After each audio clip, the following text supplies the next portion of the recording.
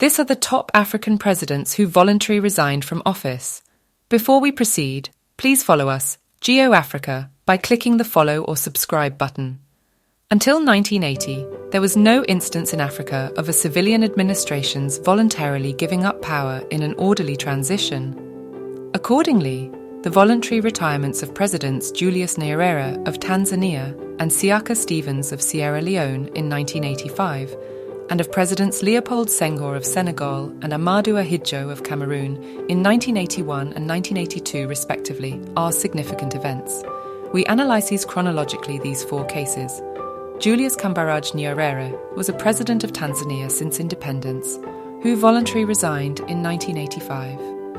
Nyerere resigned by remained the chair of Chama cha Mapinduzi Party and later retired in active politics in Tanzania. Nyerere was a teacher, was famously known for his ruling systems. He advocated for ujamaa, socialism and self-reliance in Tanzania.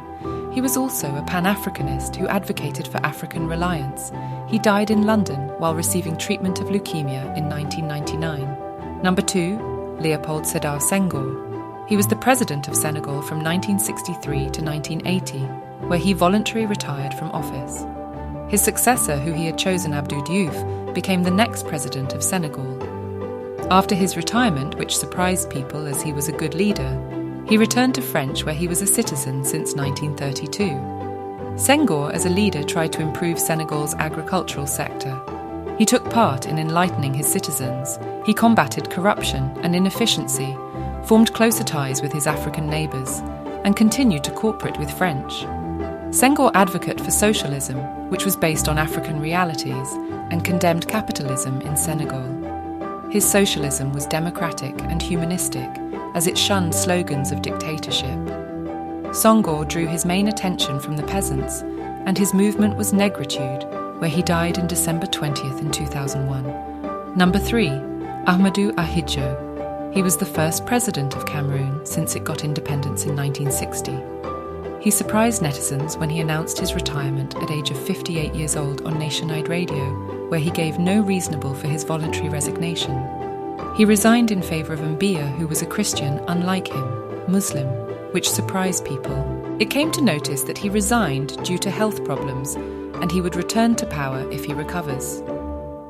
Surprisingly, the Central Committee of ruling Cameroon National Union urged Ahmadou to return to power, but he declined the offer.